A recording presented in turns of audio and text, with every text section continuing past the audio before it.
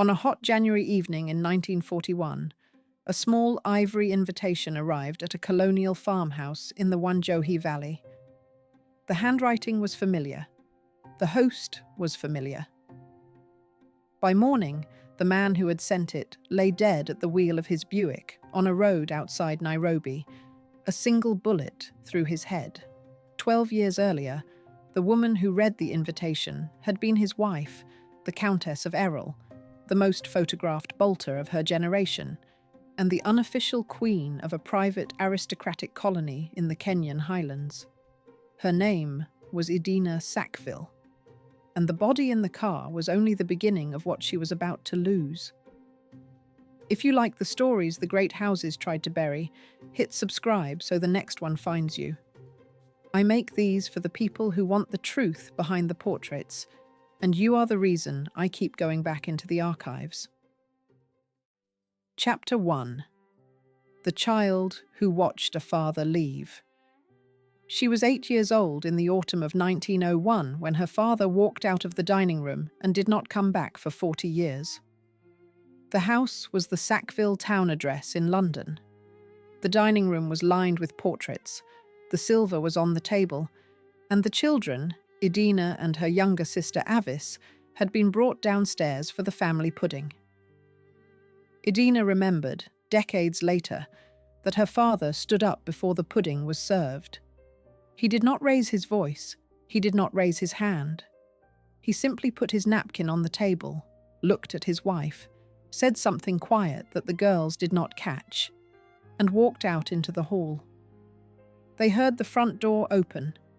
They heard it close. His name was Gilbert George Reginald Sackville. He had succeeded his own father as the 8th Earl de la Warr 5 years earlier. He was 32 years old, a Liberal Member of Parliament, the master of the Buckhurst estate at Withyham in Sussex, and the husband of one of the richest young women of the Brassey shipping fortune. He was also, that autumn, the lover of a young actress named Maud Maitland. He had been to see her at the theatre in the Strand for most of the previous year. He had bought her a small house in St John's Wood. He had been seen with her at suppers in Soho, at Goodwood for the racing, and on a steamer to Le Havre. The London gossip pages had hinted. The clubs had whispered. Now, on this particular evening, he had made his decision. He was going to her. He would not be back. Idina's mother, Muriel, was 29. She was beautiful in the long-faced, brassy way, dressed by the best house in Mayfair, and trained from childhood for exactly this position. The first thing she did was write to him. She wrote for 3 months. The letters survived because they were later printed. They begged. They reasoned. They reminded him of the children. They appealed to his honour as a peer of the realm. They got nothing in return. The divorce came through in 1902, the same year Edward VII was crowned. The grounds were adultery. The actress was named. The judge was sympathetic. The press was merciless. A small pamphlet of Muriel's letters was published anonymously, with no commentary, the texts arranged in the order they had been sent, the address torn off the top. The pamphlet was passed around the London houses for a season. Anyone who read it knew exactly which family it concerned. The humiliation reached every dinner table the de la Warrs were ever likely to sit at. Idina was watching all of this. She watched her father not come back. She watched her mother write the letters and stop writing them. She watched the pamphlet appear, and the conversation at the next country weekend stop the moment her mother entered the drawing room. She watched the family servants close ranks around the children, while behind the green baize door they discussed her father in voices the housekeeper later remembered as cold. She seems to have learned 2 things that year, and to have carried them for the rest of her life. The first was that a man of her class could simply leave. There was no force in heaven or in the courts of the King's Bench that would hold him to his word once he had decided to break it. The second was that the woman who tried to hold on, who wrote the letters, who begged for explanation, who appealed to duty, was the one who would be humiliated. Begging was the trap. Writing was the trap. Hoping was the trap. She made a decision so early that it cannot really be called a decision. It was more like the way a tree grows around an old wound, taking the shape of the injury into its trunk. She would never be left in a dining room again. She would do the leaving. She would do it first. She would do it often. And she would never write a single begging letter. The pattern of the rest of her life is already there, in the 8-year-old child standing by the dining room table, watching the front door close. Everything that came afterwards, the 5 husbands, the bolts, the farms, the mirrored ceiling above the bed at Slane's, the parties at which she invited her guests to undress before dinner, the cool refusal to plead with anyone for anything, was written into the shape of that evening. But to understand the size of what she walked away from, you have to begin somewhere else. You have to begin at Knole. Chapter 2. A house of 365 rooms. To understand the size of what she walked away from, you have to begin at Knole. Knole sits on the southern edge of Sevenoaks in West Kent. From the road, you do not see it at first. You see a long flint wall, then a gatehouse, and then, after the gatehouse, an open deer park of 1,000 acres in which spotted fallow and sika deer have grazed since the 15th century. The deer were brought in by Archbishop Thomas Bourchier when the house was still a palace of the See of Canterbury. They are still there. The herd has never been replaced.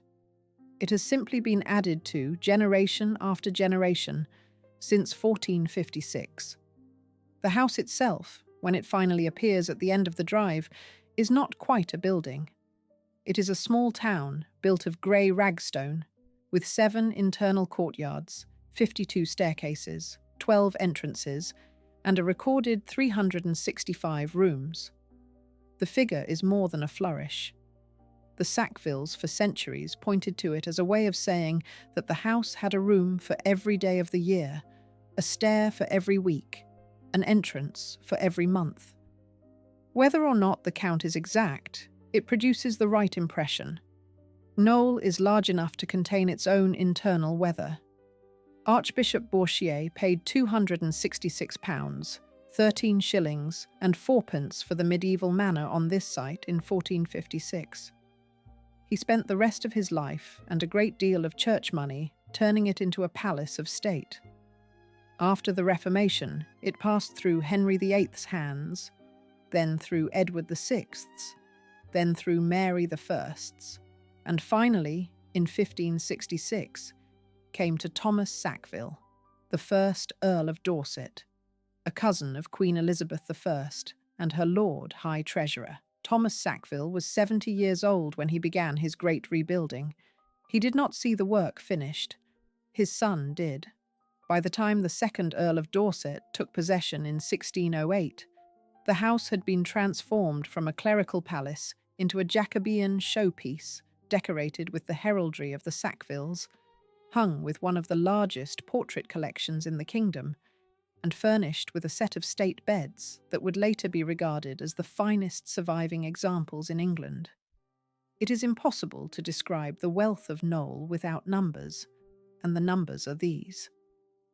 The state rooms hold the only complete set of surviving Stuart royal furniture in the world, taken from the bedrooms of Charles II's palaces under a perquisite of the Lord Chamberlain that allowed worn-out royal pieces to pass into the household of the courtier who held that office. There is a state bed of silver, a state bed of green silk, a state bed of crimson velvet, and a set of silver toilet articles weighing in total over 600 ounces. The cartoon gallery, 98 feet long, holds copies of Raphael's cartoons painted in the 17th century. The Brown Gallery holds 88 Jacobean portraits hung continuously since the early 1600s. The grounds carry 700 mature oaks and a chapel that has been in continuous use since 1490. The servant body that ran this in Idina's childhood numbered between 30 and 40 indoor staff. The senior posts were the house steward at £120 a year, the butler at £90, the housekeeper at £80, the cook at £60, the lady's maid at £35. Below them were 4 to 6 footmen at £30 each, 4 housemaids at £15, 3 laundry maids at £12, 2 scullery maids at £10, a still room maid, a hall boy at £20, a coachman, 3 grooms, 6 gardeners, and a small daily army from the town of Sevenoaks, who came in at 6 in the morning and went out again at 8 at night. The wage bill alone ran to roughly £1,500 a year. The total cost of running the house in the last years of the Victorian period was estimated at £4,000 a year. In modern money, that is somewhere close to £500,000. This was Idina's grandfather's house, not her father's. But it was the visible measure of the family she belonged to, and the children went down to Knole every summer to see the 3rd Baron, then the 4th, then to play in the deer park and ride the small ponies kept for the cousins. Her cousin Vita Sackville West, who would later become a poet and a novelist and the lover of Virginia Woolf, was almost exactly her age. The 2 girls knew the deer by sight. They knew the names of the footmen. They knew the way down to the kitchens, which was forbidden, and the way along the service corridors, which was also forbidden, and the way out across the park to the little pavilion called the birdhouse, which was permitted. Knole gave Idina her standard of normal, a house in which the silver was old, the portraits were ancestors, the deer were yours, and the staff did not exist as people because they had been trained, by centuries of practice, to be invisible. When she walked out, decades later, into the iron-roofed bungalow at Slains in colonial Kenya, she did not feel that she had walked into a smaller house. She felt that she had walked into a freer one. She brought the Sackville interior with her. She had been carrying it since the day she could walk. Chapter 3. The Wedding That Was Not Meant to End. On a cold afternoon in November 1913, she married a young guards officer, and the photographs show her smiling. The wedding was at St. Margaret's, Westminster. The bride was 20. The groom was Captain David Euan Wallace, a 21-year-old officer of the Coldstream Guards, the heir to a Scottish industrial fortune built on Glasgow shipbuilding and Highland tea estates. The bridesmaids were her sister Avis and 4 cousins. Her mother, Muriel, by then the Countess de la Warr in her own right after the Earl's death in 1915, gave her away. Her father did not attend.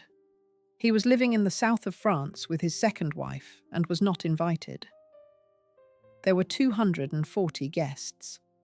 The wedding breakfast was at Brassey House on Park Lane. The settlement on the marriage was reported in the society columns to be in the region of £40,000, paid out of the Brassey Trust to Idina for her own use, with a separate income from the Sackville side of around £800 a year. In modern terms, the lump sum was equivalent to roughly £3 million, and the income to perhaps £50,000 a year.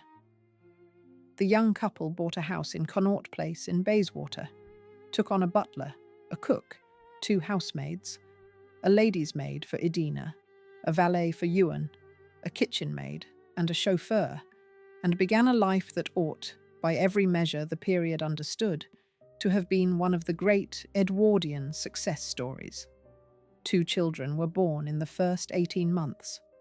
David John Wallace arrived on the 3rd of October 1914, 2 months after the declaration of war on Germany.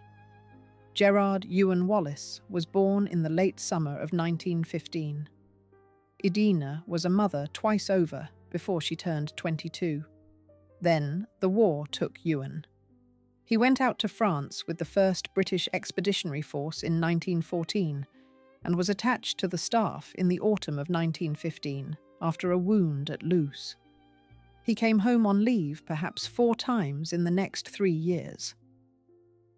The marriage, which had been built on a fortnight at Cap Ferrat and a winter of small dinners at Connaught Place, did not have the depth to survive what the war did to it. Idina was 22, then 23, then 24, alone in a house full of nannies and footmen, with 2 small children in a nursery on the 3rd floor, and no husband below stairs to anchor her. The London she lived in was full of young women in exactly her situation, beautiful, rich, well-dressed, lonely, and surrounded by officers on leave. The officers on leave were beautiful, rich, well-dressed, and frightened to death. They drank. They danced. They went to bed with one another. The casualty lists in the Times were so long by 1916 that there was, for the first time in the social memory of her class, no longer any guarantee that the man you sat next to at dinner would be alive at Christmas. The result was a great loosening of the rules. Idina loosened with the rest. There are letters that survive, in private collections, and later in the published correspondence of her cousins, that hint at affairs through 1916, then through 1917, then through 1918, with a brigade major in the Welsh Guards, a barrister attached to the staff at Horse Guards, and a Canadian officer she met at a Red Cross gala. The names of these men have largely been redacted in print. What was not redacted was the pattern. By the time Euan came home in 1919, demobilized and decorated, and determined to begin the marriage again, Idina had already, in every sense that mattered to him, gone. She is reported to have told him over breakfast in their dining room on a morning in March 1919 that she did not love him, that she did not believe she had ever loved him, and that she wanted a divorce. He asked her to think about it. She did not. She moved out the same afternoon and went to her mother's house in Park Lane. The petition was filed at the end of that summer. The grounds were her own adultery, freely admitted, with co-respondents named. The judge granted the decree nisi without much delay. It became absolute in early 1920. The custody of the 2 boys was awarded to Euan Wallace in accordance with the Victorian Convention that a mother of bad character forfeited her children. Idina was given a single afternoon a month, supervised, at the discretion of the father, in the presence of his sister. She had walked out of one dining room and into another. She was the first one through the door this time. She had done what her father had done. The difference was that her sons were behind her, watching the door close, and she did not yet know that the wound would not be hers to control. Chapter 4. The courtroom that took her sons. The judgment was delivered on a grey morning in 1919, and it took only 7 minutes. The custody hearing was at the Royal Courts of Justice on the Strand. The judge was Sir Edward Tyndall Atkinson, a junior member of the Divorce Division, conservative, devout, and known for what was called at the bar a strong moral compass. The petitioner was Captain Euan Wallace, represented by Sir John Simons Chambers. The respondent was Idina Sackville, represented by a London solicitor who knew, before he stepped into the courtroom, that the case was already lost. The convention in England in 1919 was clear. A divorce on the grounds of the wife's adultery removed the wife from any claim on the children of the marriage. The father, if he chose to claim them, received them.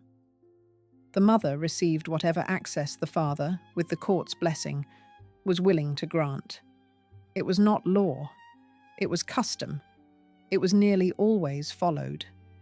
Idina sat through the 7 minutes in a dark grey suit, without a hat, without her mother, without her sister.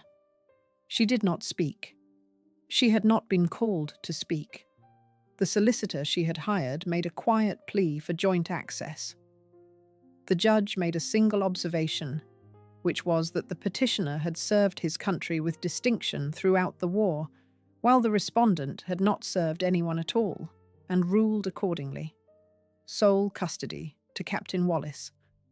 One afternoon, a month for the mother, in the presence of the petitioner's sister, at a place of the petitioner's choosing. No overnight visits, no travel abroad with the children, no letters that were not first opened by the petitioner. The two boys at this point were 4 and 5. David John, the elder, had her colouring, dark hair, grey eyes, and the small upturned chin of the Sackville portraits.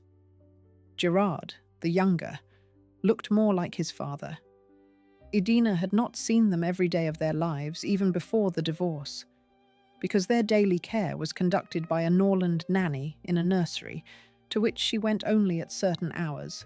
But she had seen them every day. She had read them their stories.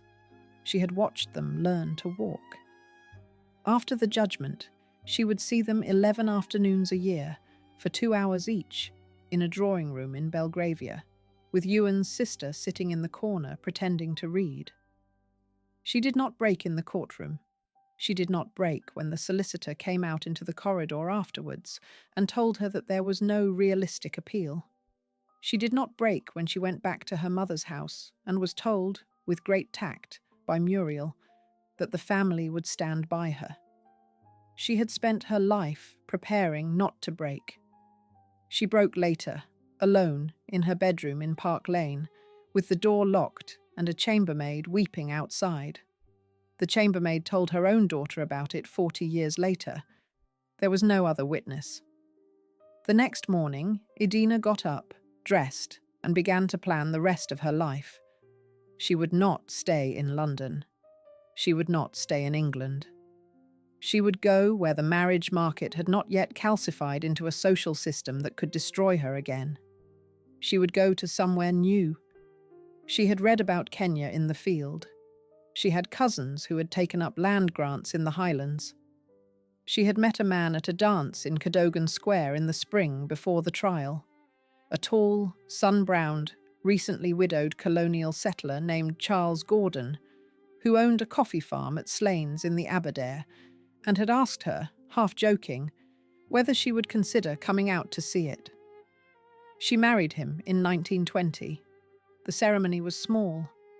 There were no photographs. Her sons were not told. Charles Gordon, freshly demobilised from the Kenya regiment, was, the gossip columns reported, considered an unusual choice, even an eccentric one, for the daughter of an English earl. He was strong, plain, kind, and not particularly verbal. The match was not romantic. It was practical. He had a ticket to East Africa and a farm at the end of the line. She had a marriage settlement, a small fortune in her own name, and a need to disappear. They sailed on the SS Garth Castle from Tilbury in the autumn of 1920. The voyage took 3 weeks. Idina spent it reading novels, walking the upper deck in the evenings, and making the necessary acquaintance of the only other women on board who were of her own class and going the same way. By the time she stepped off the gangplank at Kilindini Harbour in Mombasa, she had effectively closed the door on London. She had no expectation of opening it again. It would take her 4 years to leave Charles Gordon for Jocelyn Hay. It would take her another 4 to make Slains the centre of a private aristocratic colony of which she would be the queen. It would take her another 17 to discover that she had carried London with her as the only luggage you cannot leave behind, in the wound that the courtroom of 1919 had cut into her, and that no marriage in any colony would ever close it. But for now, she was 27 years old, on a train climbing out of Mombasa towards the highlands, watching the African coastal plain give way to thorn scrub and acacia, and at last, to the red earth and tall grass of the Wanjohi Valley. She had never seen anything like it. She thought, as the train rocked her into sleep that first night, that she had got away. Chapter 5. The House Above the Wanjohi. She arrived in Mombasa with a second husband, a trunk of evening dresses, and the conviction that England no longer applied. The Kenya she entered was a colony of less than 15 years standing.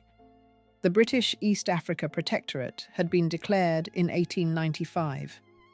The Uganda Railway, which made the highlands accessible to European settlement, had been completed to Lake Victoria in 1902.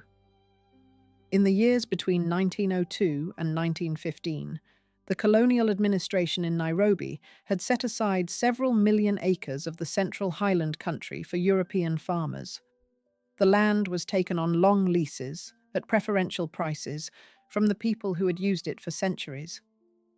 The Kikuyu were pushed to the eastern slopes of the Aberdare. The Maasai were pushed south to a reduced reserve.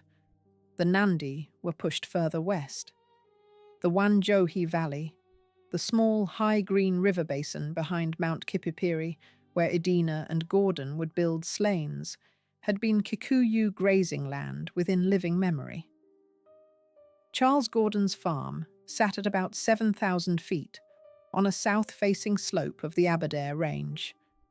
There were 320 acres of coffee, 50 acres of tea, 100 acres of pasture for dairy cattle, a long meandering boundary of indigenous forest, and a small permanent stream. The original homestead was a tin-roofed hut put up by the previous owner in 1915. Idina, after a single night in it, said she could not live in a hut, and Gordon, who had loved her since the dance in Cadogan Square, agreed to build her a proper house. The new bungalow took 6 months. It was designed in the colonial veranda style, with 8 principal rooms running off a central corridor, a deep covered veranda on 3 sides, a corrugated iron roof, and a panelled drawing room 24 feet long that opened onto a view across the valley to Mount Kipipiri. From the outside, it looked deliberately like the kind of modest pioneer house a settler couple of slender means might have built. Inside, it was something else. The drawing room was panelled in cedar, painted soft cream, and hung with Sackville miniatures that Idina had brought out from England. The dining room was small and dark, with a heavy mahogany table from her London house. The principal bedroom was at the far end of the corridor, with French doors onto the veranda and a high panelled ceiling. Above her bed, she installed a long oval mirror, lying flat, screwed into the panelling, so that anyone in the bed could see themselves and the room reflected from above. The principal bathroom, off the bedroom, was finished in green travertine marble shipped from Italy by way of Mombasa and dragged up the railway in crates. The bath was sunken into the floor, large enough for 2, with brass taps cast specially in Birmingham. They called the place Slains, after the clifftop castle in Aberdeenshire that Jocelyn Hay's grandfather, the 20th Earl of Erroll, had sold off in 1916 because he could no longer afford to keep it. Idina had not yet married Jocelyn Hay when the house was named, but Slains had already been the working title in her head for a year. The name was a small act of mourning. It was a way of carrying into the African valley the lost northern castle of a family she would soon join. Idina ran Slains the way she had been brought up to run Knole, scaled down to the conditions of the colony. There were 3 African staff in the main house, a head houseboy named Kamau, a cook named Joseph, and a kitchen toto called Mwangi, who was a boy of about 12 when she met him, and who would be the last person to leave the house after her funeral 35 years later. There were 2 house servants, a laundry boy, 3 syces for the horses, and a small group of farm labourers under a European overseer for the coffee. Their wages were a fraction of European wages. A senior houseboy earned 15 shillings a month, plus a posho ration of maize meal. A kitchen toto received as little as 5 shillings a month. A European overseer earned £20 a month. The gap between Idina, who could spend £2 on a single bottle of champagne at the Muthaiga Club, and Mwangi, who carried her bathwater across the courtyard for 5 shillings a month, was not a gap. It was an abyss. She was not cruel to her staff. By the standards of the colony, she was considered a good employer. She paid medical bills. She kept the same staff for years. She learned a working Kiswahili and used it. She gave Joseph the cook the run of the kitchen and never interfered with his ordering. She insisted, against the convention of the colony, that her African staff be addressed by their Christian names, not collectively as boy. She was, in the small way that the system allowed her to be, decent. What she did not see, or chose not to see, was the absolute condition of the household. The condition was that her African staff served morphine on silver trays at midnight, watched their employer entertain 3 lovers in succession in the drawing room, swept the residue out of the basin in the green marble bathroom in the morning, and were expected to remember none of it. The whole architecture of the Happy Valley party depended on this. They had to be there. They had to be invisible. They had to see nothing and remember nothing. The same arrangement that had let the Sackvilles dance through the Stuart Restoration at Knole, with 200 indoor staff who were trained not to exist, was reproduced at Slains with 8 in red earth, at 7,000 feet, behind a corrugated iron roof. By the time Slains was finished, Idina had already met Jocelyn Hay. He had arrived at the Muthaiga Country Club in Nairobi in the early summer of 1922, a tall, fair, 20-year-old former diplomatic clerk with a Burberry coat and an aristocratic profile. He was 8 years younger than she was. He was on his way to take up a job with a stockbroker in the colony, sent out by his father, who had paid for the passage to get him out of London after a scandal involving the wife of another diplomat. Idina was 29. She had been married to Charles Gordon for 2 years. She fell for Jocelyn Hay across a dinner table at Muthaiga, decided within a week that she would have him, and within 6 months had told Gordon that she was leaving. The divorce from Gordon was finalised in 1923. The marriage to Hay followed in 1924. He moved into Slains. 5 years later, in 1928, his father died and he became the 22nd Earl of Erroll. Idina, briefly, was the Countess of Erroll. Slains, the iron-roofed bungalow above the Wanjohi, became the unofficial court of the most photographed couple in the colony. She had built the house she wanted to build. She had married the man she wanted to marry. She had, for a moment, what she had wanted since she was 8 years old, which was a room from which she could not be put out. It would not last 5 years. Chapter 6. The weekend that ran for 5 years. The pattern of a Slains Friday was already a legend in London before anyone in London had been to one. Guests arrived on the Friday afternoon train from Nairobi. The motor came down to Gilgil station to collect them, an open-sided Buick painted dark green, driven by Kamau in a white kanzu and red fez. The drive up to Slains took an hour and 40 minutes, climbing through coffee gardens and indigenous forest, with the great forested mass of Mount Kipipiri rising in the windscreen. The guests were normally 3 couples, sometimes 4. They were almost always young, almost always married, and almost always not married to one another. Idina greeted them on the veranda. She was usually wearing a long silk wrap over nothing else. She would offer them a drink, walk them through to their rooms, show them the green marble bathroom, and say, with the small, light, cool smile that her cousin Vita later described as the smile of someone who had decided in advance that nothing you said would shock her, that the bath would be filled by Kamau in 20 minutes, that she herself would be using it first, and that anyone who wanted to join her was welcome. There are at least 4 documented occasions, from the memoirs of guests who later wrote about Slains, in which the bath joining was taken up. There are many more occasions in which it was politely declined. The guests went to dress and came down to find Idina already on the veranda in a long green dress with a cocktail in her hand, ready to greet the rest of the party. The point of the offer was not necessarily that it be accepted. The point was that it was made. The whole social architecture of Slains rested on the proposition that the ordinary rules did not apply at the door. Cocktails were at 6.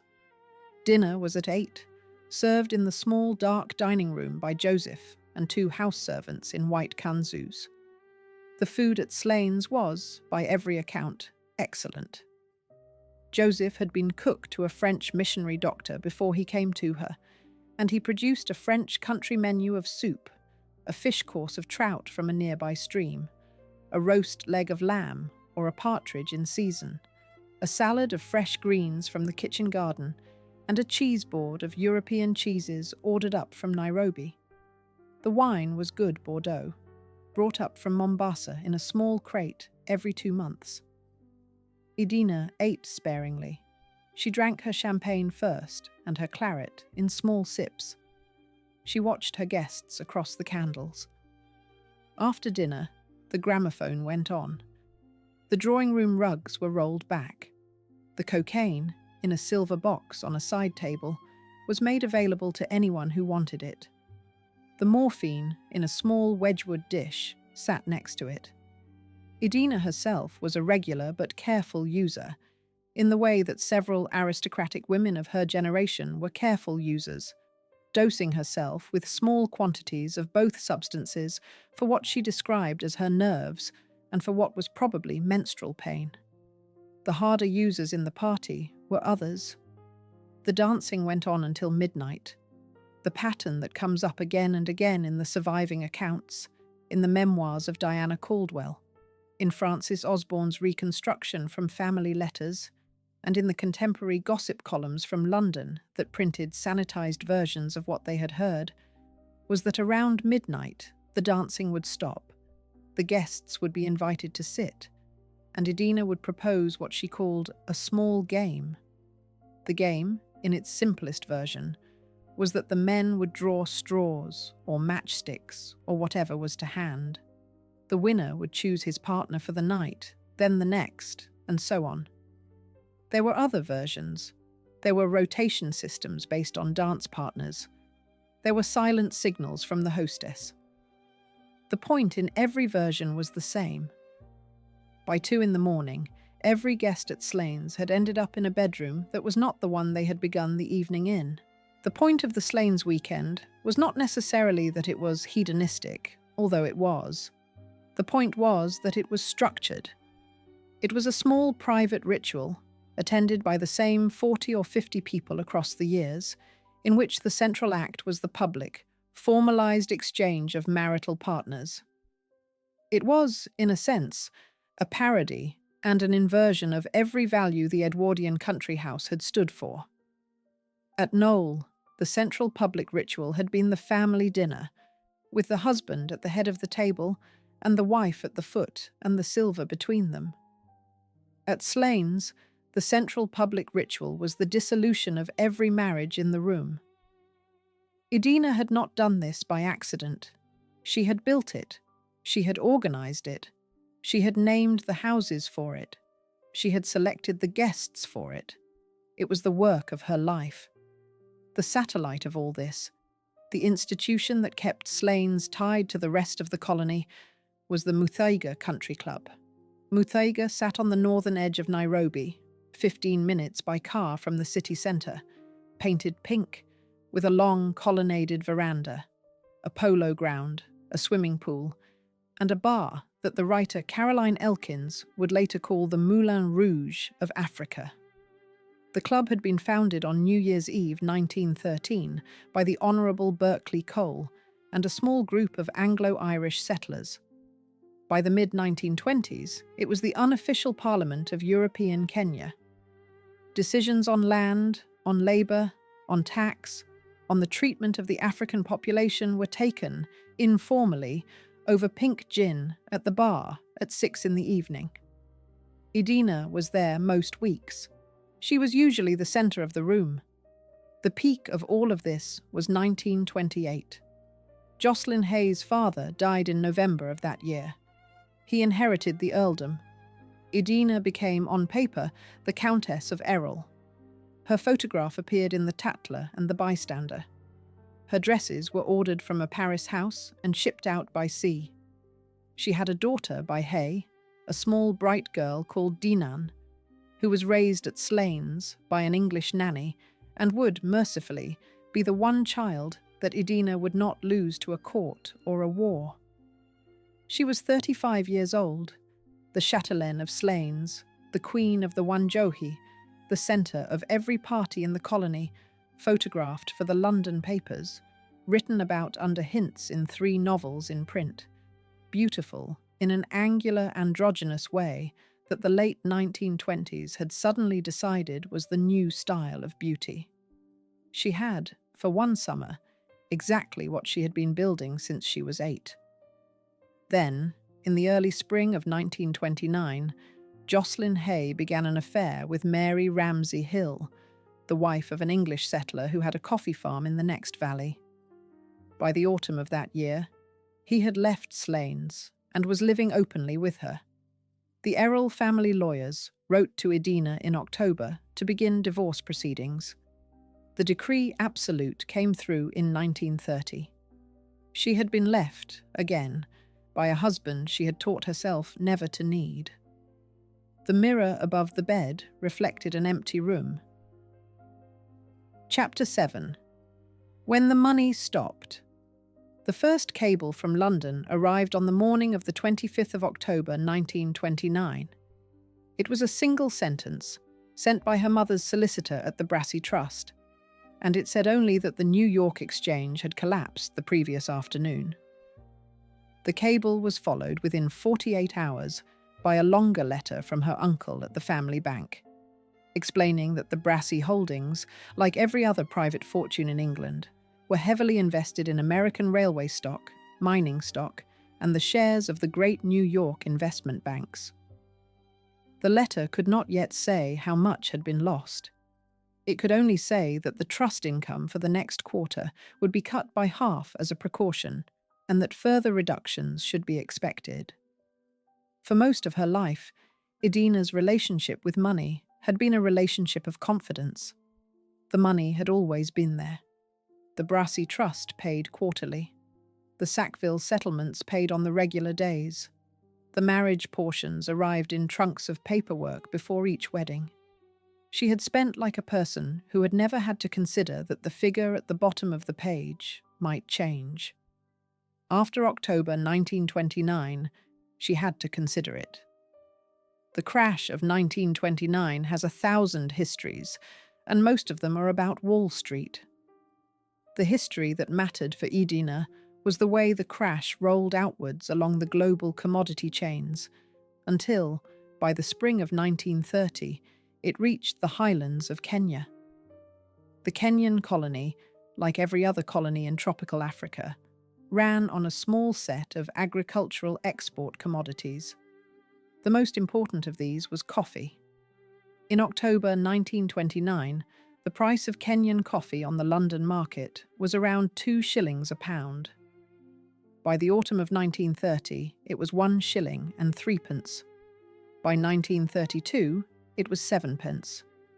Tea fell from 1 shilling and 3 pence a pound to 5 pence. Cecil fell by more than half. Pyrethrum, which the colony had begun to grow as an insecticide crop, held a little better, but not enough to matter. The European settler economy could not absorb a fall of this size.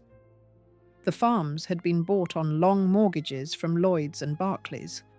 The mortgages had been priced at the boom levels of the mid-1920s. The settlers had counted for their interest payments on the high export prices of those years. When the prices fell, the interest stopped being affordable. The farms began to be repossessed. Between 1930 and 1934, an estimated 1 in 5 European farms in the Highlands changed hands under forced sale. Several of the settlers killed themselves in those years. The notice in the East African Standard for a farmer found shot in his coffee shed became, for a brief period, almost routine. Idina did not lose the farm. The Brassey Trust, even diminished, was still paying her enough to keep Slains and Clouds going. What she lost was the easy assumption that the money would not run out. She began, for the first time in her life, to think about expenses. The wine order from Mombasa was halved. The number of indoor staff was cut from 8 to 6. The London dressmaker was put on a smaller account. Trips to Paris were postponed and then quietly cancelled. The annual visit to London, which had been a fixture of her year since she had left in 1920, was made only once in the next decade. The financial collapse coincided, with a precision that an outside observer might have called mythological, with the collapse of her marriage to Hay. The divorce was finalised in 1930. The settlement was small. Hay walked away with the Erroll title, an income from his English estates, and a new wife. Idina kept Slains, the daughter Dinan, and a reduced household. The Sackville and Brassey relatives in London, who had quietly disapproved of her conduct since the Wallace divorce, now had the additional argument that she had become a financial as well as a moral liability. The invitations to Knole stopped. The Christmas parcels stopped. The cousins who had written most often stopped writing. She married Donald Carmichael Haldeman, an American railway heir, at the Shoreham Register Office in Kent on the 22nd of November 1930. The wedding was unphotographed. Haldeman was 40 years old, twice divorced, sun-browned, fluent in French and German, the heir to a Midwestern railway fortune that had survived the crash better than most. He was thought, by Idina's friends, to be exactly the kind of man she had been waiting for, in that he had his own money and would not therefore expect to live on hers. They returned to Kenya. He moved into Slains. They built a larger second house, called Clouds, 2 miles up the valley, in 1931. The marriage lasted less than 5 years. Haldeman, like Hay, found the Slains arrangement intoxicating for the first 18 months and intolerable thereafter. He left in 1935. The divorce was finalised in 1938. The pattern was now visible to anyone who looked. Idina did not break the men she married. She selected them precisely because she knew they could not be relied on. She married men who would leave. She did this so that she could be the one to discover, again and again, that she had been right not to trust them. The wound of 1901 was being walked through, over and over, in a colony 7,000 miles from London, with the same ending each time, and with each ending pasted over the last like wallpaper over rotten plaster. In 1939, 6 months after the Haldeman divorce, she married Flight Lieutenant Vincent Soltau of the Royal Air Force. He was 34. She was 46. He had been posted out to Kenya to train the East African Air Squadron. The marriage was a wartime marriage. He moved into Clouds with her. The Slains parties had long stopped. The household by now was modest. The Soltau marriage lasted 7 years. He left her in 1946. She had been married 5 times. She had been left in the end 4 times by men, and once by a court. The dining room of 1901 was the only one she had ever walked out of first. Every other door in her life had been closed on her, and she had not been able, with all her speed, to get out first. Chapter 8. The Husbands She Could Not Keep. Donald Haldeman arrived at Clouds in 1930 with a fortune, a fast car, and the assumption that he would be different. He was the heir to the Haldeman railway interests in the American Midwest. The family had built short-line railways in Indiana and Illinois in the 1870s, sold them to the Pennsylvania Railroad in the 1920s at the top of the market, and reinvested the proceeds in real estate and steel. By 1930, the Haldeman Trust paid out an annual income to Donald of around $80,000, equivalent in modern money to something over £1.5 million a year. He had a yacht in Long Island Sound. a townhouse on East 52nd Street in New York, an apartment in Paris, and a hunting lodge in the Scottish Highlands. He had been twice married and twice divorced. His first wife had been a Boston heiress. His second had been a French actress. He had met Idina at the Muthaiga Country Club in the autumn of 1929, 6 weeks after the crash. On a tour of East Africa he had planned for himself as a distraction from the news from New York. She fell for him because he was the first man she had met in 10 years who had more money than she did. He fell for her because she did not pretend to be impressed by it. They married within a year. The terms of the marriage were that Idina would keep Slains and the running of the household. Haldeman would build the larger house at Clouds. The two estates would be run together. They would entertain together. They would, in his phrase, run the most beautiful house on the equator. Clouds was built in 1931. The architect was a German émigré named Karl Hopper, who had trained at the Bauhaus and come out to Kenya by way of a tropical agricultural posting. The house was a single-story courtyard building, with deep verandas on 3 sides, a tile roof, 4 principal bedrooms each with its own bathroom, a long drawing room running the length of the south side, a separate dining room, a billiard room, a library, and a guest wing that could sleep 12. The interiors were a strange Anglo-American hybrid. The Knole sofas Idina had ordered out from London sat next to American Art Deco lamps Haldeman had shipped from New York. The kitchen had an American electric refrigerator, the first in the colony, run off the house generator. The Clouds parties, for the first 18 months, were the legend of Slains carried forward at a larger scale. Haldeman invited his American friends out by sea. Idina invited her Happy Valley regulars. The guest book at Clouds, which survived for many years in private hands, recorded weekends that ran from Thursday to Tuesday, with 16 guests in residence at one time, full dinners for 40, polo on the Saturday, a wedding shoot on the Sunday, and the same midnight dancing and partner rotation that had been the pattern at Slains. What broke Haldeman was that he had thought, in his American Protestant way, that the partner exchange was a kind of joke. He had not understood that it was a serious ritual. When his actual wife disappeared for a weekend with the elder son of a London banker and came back on the Monday morning in a different dress, he discovered that he was, despite a lifetime of unconventional behavior, conventional underneath. He could not bear it. He sulked. He drank. He picked fights with her at the dinner table. He went off on a long shooting trip in the Northern Frontier District in 1933, then on another in 1934. And by 1935, he had moved out of Clouds and into a small bungalow he had bought near Naivasha. The divorce was filed in 1936 and finalized in 1938. Haldeman returned to New York. He did not see her again. He died in 1962 of a heart attack on his yacht.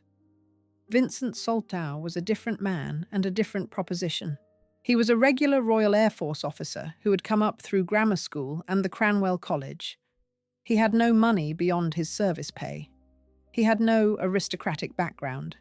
He had been a flight engineer, then a navigator, then a pilot. He had been posted out to Kenya at the start of 1939 to help train the East African Air Squadron. He had met Idina at a dance at Muthaiga in May of that year, 3 weeks before the war began. He was 12 years younger than she was.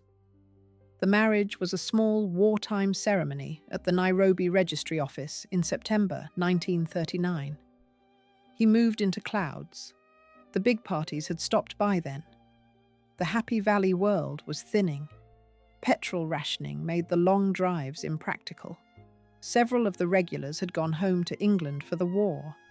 The household at Clouds shrank to a quieter pattern of small dinners, bridge in the evenings, and short visits from the few neighbours who were still in residence. Soltau was a kind man. He was not, by any account, a faithful one. He had affairs with 2 settler wives over the next 6 years that became part of the running joke of the colony.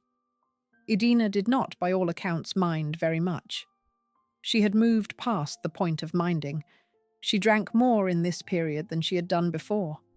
She used the morphine more freely. Her hair began to grey. She was, by the end of the war, 52 years old. She had been married 5 times. She had outlived 2 of her 3 children, although she did not yet know it. She had lost contact with the Sackville cousins in England. She was, in the quiet measure that a settler colony could provide, lonely. Soltau filed for divorce in 1946. The grounds were her own adultery, by then a formality. He left Clouds in the spring of that year. He did not see her again. He retired from the Royal Air Force in the early 1950s and went home to Cheltenham. He did not attend her funeral. 5 husbands, 3 children, 2 surviving estates, 1 open wound. Idina was, by 1946, 53 years old. She was tired. She had outrun the dining room of 1901 further than anyone she knew. She had walked out first, last, longest, and most spectacularly of every door in her life. And she was, that summer, sitting in the long drawing room at Clouds, alone, in the same chair her mother had sat in to write the letters that nobody ever answered. Chapter 9. The Body in the Buick. At 1:20 on the morning of the 24th of January 1941, a workman walking the road outside Karen saw a car at a strange angle. The car was a Buick, dark green, with the headlights still on. It had run gently off the road and into a small ditch at a junction between the Karen and Ngong roads. The driver's door was closed. The driver was slumped sideways in the front seat. The workman thought at first that the man was drunk. He went closer. The man was Jocelyn Victor Hay, 22nd Earl of Erroll, Idina's 3rd husband, by then divorced from her for over a decade. He had been shot in the head behind the left ear at very close range, almost certainly while seated at the wheel. There were no signs of struggle in the car. The Erroll murder is one of the most documented crimes in the history of colonial Kenya. The trial was reported in detail in the East African Standard and the London papers. James Fox reconstructed it in his book White Mischief in 1982. Michael Radford made a film of it in 1987. The principal facts, by now, are settled, even though the killer has never been identified. Hay had been at a dinner at the Muthaiga Country Club the previous evening with Diana Broughton, the new young wife of Sir Henry Delves Broughton, an English baronet who had retired to Kenya in 1939. Diana was 27. Hay was 39. Jock Broughton was 57. The affair between Hay and Diana had been open since the previous October. It was the worst kept secret in the colony. The dinner that evening had been small. Hay, Diana, Jock Broughton, and June Carberry, a Happy Valley regular, had eaten at Muthaiga, danced briefly, and then driven back to the Broughton house at Karen. Hay had left the house at about 2:15 in the morning, alone, in his own car. Diana stayed with her husband. June Carberry stayed in the guest wing. Hay was found dead about an hour later, half a mile from the Broughton gates. The police arrested Jock Broughton on the 2nd of March 1941 and charged him with the murder. The trial took place at the Supreme Court of Kenya in Nairobi between the 26th of May and the 1st of July 1941. The prosecution argued that Broughton had shot Hay in cold blood out of jealousy. The defence argued that Broughton was physically incapable of having driven the route and committed the crime in the time available, and that he had no powder residue on his hands. The jury, after a long retirement, returned a verdict of not guilty. Broughton was acquitted. He returned to England in 1942, deeply broken by the trial, and killed himself in a hotel in Liverpool by overdose later that year. For Idina, the murder cut into a wound that had only partly closed. Hay had been the man for whom she had built Slains. He had been the only man she had ever, in her own private testimony to her cousin Avis in a letter of 1942, loved. Their daughter Dinan, then 13, was at school in England when the news of her father's death came through. Idina drove down to Mombasa to send the cables. She wore black for a fortnight. She did not, by any account, weep in public. She gave evidence at the trial as a character witness, briefly, on the 7th of June. The transcript of her testimony survives. It is 22 lines long. She is asked about her former husband's character. She replies, in cool, short sentences, that he was a charming man, a complicated man, a man who had made enemies because he could not, in her phrase, leave the wives of other men alone. She is asked whether she has any view as to who might have killed him. She replies that she does not, that she had not seen him for nearly 2 years, and that whoever had pulled the trigger had done it because of a woman, not because of money. The judge thanks her. She steps down. She returns to Clouds the next day. In the months after the trial, the surviving Happy Valley network collapsed in on itself.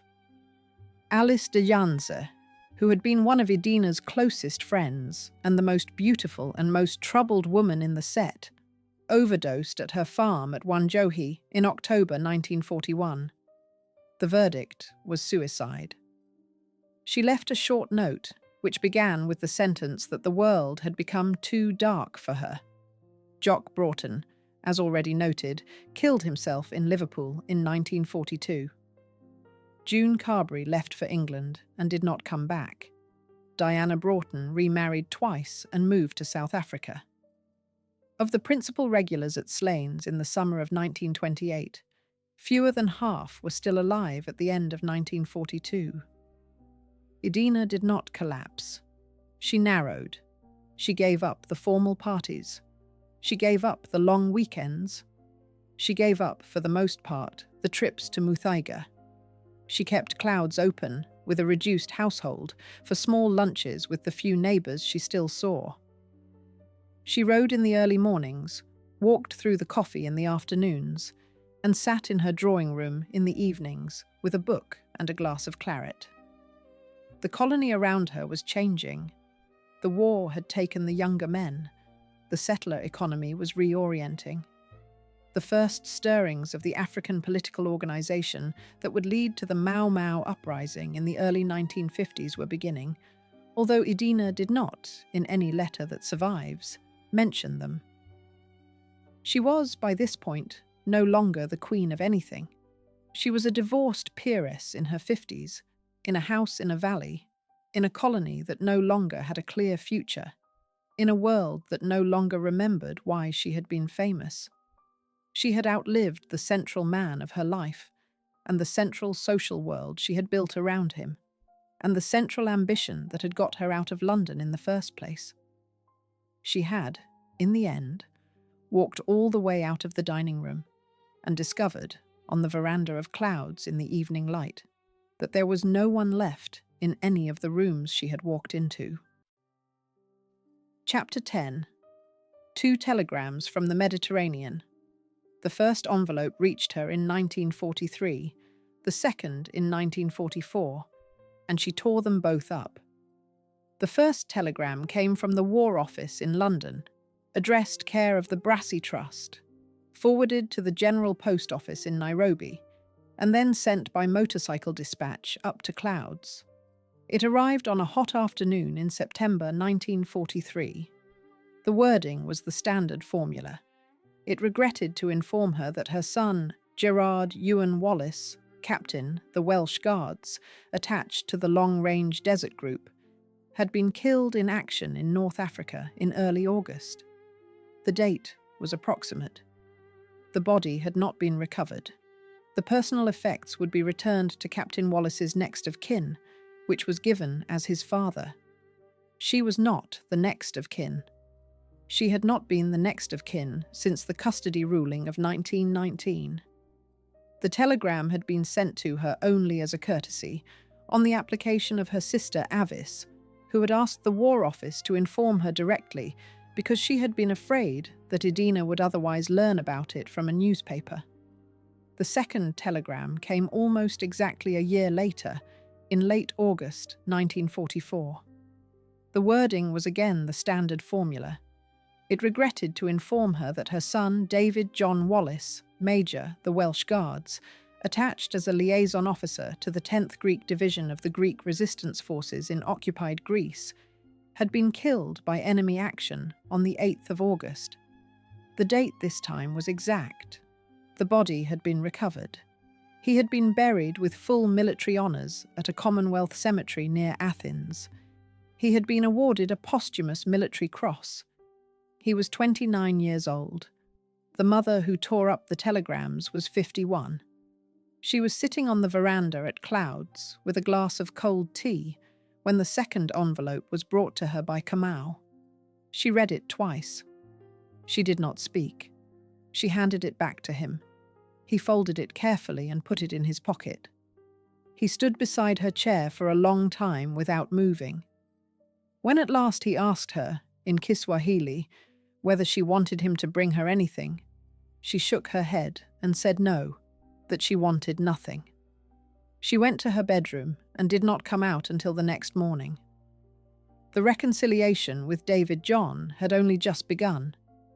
He had written to her in 1937 when he was 23, asking whether he could come out to Kenya to meet her properly. He had come for a month in the spring of 1938. He had stayed at Clouds. He had ridden with her in the mornings.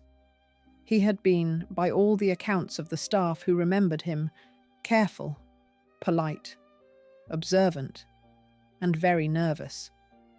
He had not been ready to call her mother. He had called her Idina. They had got, in the 4 weeks together, to a careful and provisional friendship. He had said, in the letter he wrote her on his return to England, that he hoped to come back. The war had come instead. She had not seen Gerard at all. He had refused, on his father's recommendation, to make contact during the years of his army service. The telegram about him was the only direct news she had had of him since he was 4. The Brassey Trust, hearing of the deaths, sent her a private letter from a junior solicitor of the trust, offering, on behalf of the family, condolences and a small additional allowance against her standing income. Her mother, Muriel, was by then 80 and in fragile health, and did not write personally. The Sackville cousins at Knole sent a single short letter, addressed to Lady Erroll, although she had not used that title for over 15 years. She did not reply to any of them. She did not, for the rest of her life, speak of either son to anyone who was not African. Knole itself, in the middle years of the war, was passing into the care of the National Trust. Her cousin, Vita Sackville West, had been in negotiation with the Trust since the late 1930s. The 3rd Baron Sackville, Vita's father, had died in 1928. The 4th Baron, her Uncle Charles, had run the estate at growing loss through the 1930s. The death duties on his estate when he died in 1962 would be the highest ever assessed on a single English property up to that date. The Trust took over the showrooms in 1946. The family kept a long lease on private apartments at one end of the house. The deer park was opened to the public. Visitor numbers in the first year were close to 20,000. They are now over 200,000 a year. Idina did not see any of this. She did not return to Knole after 1920. The deer she had named as a child went on grazing in the park, oblivious. The portraits in the Brown Gallery were dusted by a trust conservator. The silver toilet set in the king's bedroom was inventoried. The world she had come out of was being preserved, room by room, behind ropes. The world she had built in Kenya was emptying, room by room, of everyone who had once filled it. She sat between the two on the veranda at Clouds with a glass of cold tea and watched the late afternoon light move slowly across the floor. Chapter 11. A hospital ward in Mombasa. She arrived at the European hospital on a hot afternoon in October 1955 and never went home. The illness had been growing for 2 years. It was cancer of the stomach, diagnosed in 1953 by a doctor in Nairobi, by then too far advanced for surgery. She had refused the treatments that were available. She had continued to live at Clouds with a reduced household of 3 African staff, the cook, Joseph, the head houseboy, Kamau, and the kitchen, Toto Mwangi, who was by then a man in his late 40s with 2 grown children of his own. She had ridden in the mornings as long as she could. She had read in the evenings. She had drunk more, smoked more, and used the morphine more freely, both for the cancer and for the long, unwritten pain that lay below it. The drive down to Mombasa was 300 miles by road. She made it in 2 days, with Mwangi at the wheel of the small Austin she had kept for the last decade. They put up overnight at a guest house in Voi. She was very thin by then. She wore a dark grey wool suit with a Sackville brooch at the lapel. Mwangi later said that she did not speak much on the drive, but that she had asked him, at one point on the second day, whether the country looked different to him from the way it had looked 30 years before. He had said that it did. She had said that she thought it did too, and that she was sorry. The European hospital in Mombasa was a low colonial building near the old harbour. She was taken to a small private ward on the upper floor. The bed had a view of the harbour and of the small dhows lying at anchor.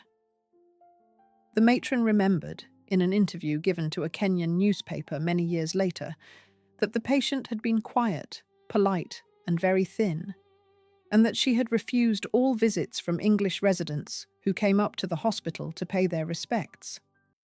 The only people she would see were African friends, mostly her own former staff from Clouds, who came down by train to sit with her. She died at 20 minutes past 9 on the evening of the 5th of November, 1955. She was 62 years old. The death certificate gave the cause as stomach cancer with secondary complications. Her last words, according to the African nurse who was with her at the moment, were spoken in Kiswahili, addressed to no one in particular, and were too quiet to record. The funeral was held the next afternoon at Mbaraki Cemetery, a small colonial cemetery near the harbour. The service was conducted by an Anglican chaplain attached to the European community. The mourners numbered 11. They were Mwangi, Kamau, Joseph, and a small group of African friends who had served at Clouds at various times over the previous 30 years. There were 3 Europeans present: a doctor who had treated her, a settler woman who had known her since 1930, and an English nurse from the hospital. No member of her family attended. Her mother, Muriel, had died the previous year. Her sister Avis was in poor health in England. Her daughter Dinan, by then in her late 20s and married, was contacted by the British consul in Nairobi and did not come. The grave was simple: a plain rectangle of concrete with a small headstone giving her name as Idina Sackville. The dates were given as 1893 to 1955. Below her name, a smaller additional inscription was carved at the request of Mwangi, who paid for it out of his own savings. It commemorated her son, Gerard, killed in action on the 7th of August 1943 at the age of 27, whose body had never been recovered. The English papers carried short obituaries. The Times gave her 10 lines. The Tatler gave her a paragraph and a single photograph from the 1920s.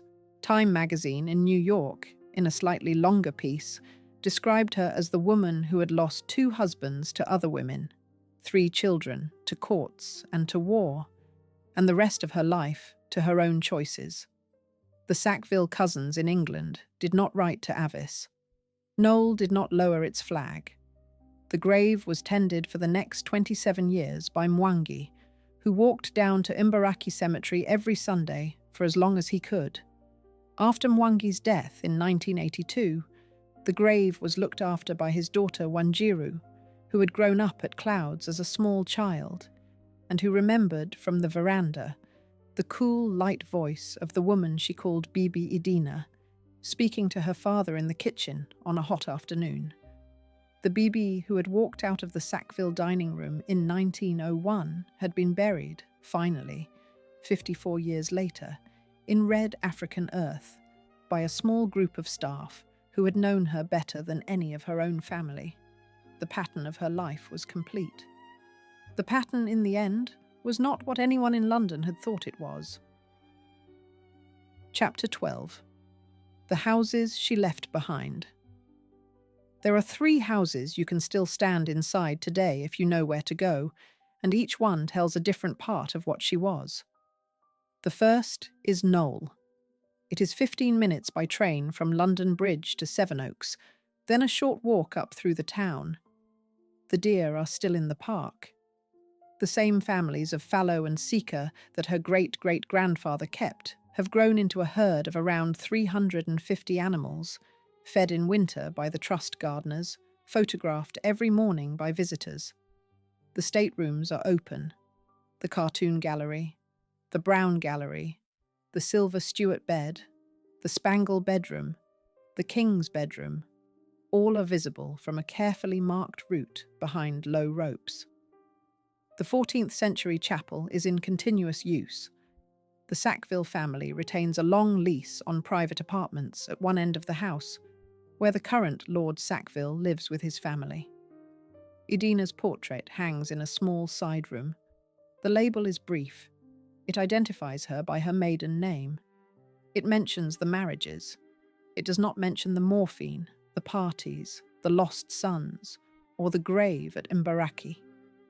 The 200,000 visitors a year do not, by and large, know who she was. The second is Clouds. It sits at 7,000 feet above the Wanjohi Valley, 100 miles north of Nairobi by road. The drive up is now a tarmac road for most of the way, then a red dirt track for the last few miles. The house is owned by a Kenyan family who farm the surrounding land. The principal rooms survive. The long drawing room is still long, although the panelling has cracked. The dining room is used as a storeroom. The green travertine bathroom in what was once the principal bedroom is still in place. The bath cracked, the brass taps green with age, the mirror gone. The courtyard, the deep verandas, and several of the outbuildings are still in use. The owners, who are gracious about visitors, will show the house to anyone who arranges a visit in advance. They will tell you what they have heard about the woman who built it. The third is Slains. It is a few miles further up the valley. It is in worse condition. The corrugated iron roof has rusted through in places. The drawing room has lost its panelling. The principal bedroom is open to the sky. The mirror above the bed is long gone. The mirrored ceiling exists only in photographs in the Royal Geographical Society archives and in Francis Osborne's biography. The frame of the sunken bath can still be made out in the floor of what was the bathroom. The view from the veranda, looking south to Mount Kipipiri, is the same view Idina saw on the morning she first arrived. The acacia is the same. The forest line on the mountain has been pushed back a little by the Kikuyu farms that have grown back onto land they lost 100 years ago, but the shape of the view is unchanged. Knole, Clouds, Slains. A great house preserved as a national monument. A working farmhouse used as a store. A ruin on a slope. The 20th century took the great country houses of England at a rate that is difficult, even now, to comprehend. Between the year 1900 and the year 1974, an estimated 1,200 country houses were demolished in Britain, sold to local authorities and pulled down, gutted for their lead. set on fire by accident, or simply abandoned and allowed to fall in. In the worst single decade, the 1950s, a country house was demolished on average every 5 days. Knole was one of the lucky ones. The trust took it in 1946. Vita Sackville West negotiated the terms. The family kept the lease. The house survives. The deer survive. The portraits survive. Idina did not live to see the worst of the demolition wave. She died in 1955, the year before the demolition rate peaked. She did not live to read the country life articles of the 1960s and 70s, in which the loss of the houses was finally recognized. She did not live to see slains or clouds become curiosities for the small number of visitors who came up the Wanjohi Valley, looking for the ghosts of the Happy Valley set. She did not live to see the white settler order in Kenya itself come to an end, with the Mau Mau uprising of the early 1950s already gathering as she was dying, and independence following in 1963. What her story illuminates, in the end, is not what anyone at the time would have wanted to admit. It is that the great houses did not always fall to demolition, or fire, or auction. Sometimes they fell quietly, through their own children, who walked out of the drawing room one afternoon and never came back. She walked out of one dining room in October 1901. She walked out of another in March 1919. She walked out of a third in 1920. She walked out of a fourth in 1923. She walked out of a fifth in 1930. She walked out of a sixth in 1938. She walked out of a seventh, finally, in 1946. By the time she lay in a private ward in a colonial hospital in Mombasa in 1955, all the rooms behind her were empty. The wound that the 8-year-old child had taken in the dining room in 1901 had not closed.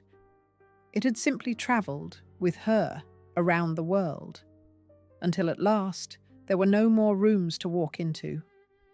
The mirrored ceiling at Slains, the green marble bath, the sunken floor, the cocaine in the silver dish, the morphine in the Wedgwood saucer, the dancing on the rolled-back rugs, the midnight rotation of partners, the long pink-walled bar at Muthaiga, the Buick at the road junction outside Karen with the headlights still on, the 2 telegrams from the Mediterranean, the grave in red African earth in Mbaraki Cemetery, the small inscription paid for by Mwangi, the kitchen toto. All of these were the working out, across 54 years, of one small evening in a London dining room in 1901 when a child watched her father walk out of the door and did not, in any meaningful sense, see him again. She had spent her life refusing to be that woman. She had become, in the end, exactly that woman. If this story stayed with you, hit subscribe so you do not miss the next one. And if you have stood inside any of these houses, Knole, Clouds, Slains, or any other great house that watched a daughter walk out of its dining room and never come home, leave a comment below and tell me which one and what it felt like to be inside it. I read every comment, and you are the reason I keep going back into the archives.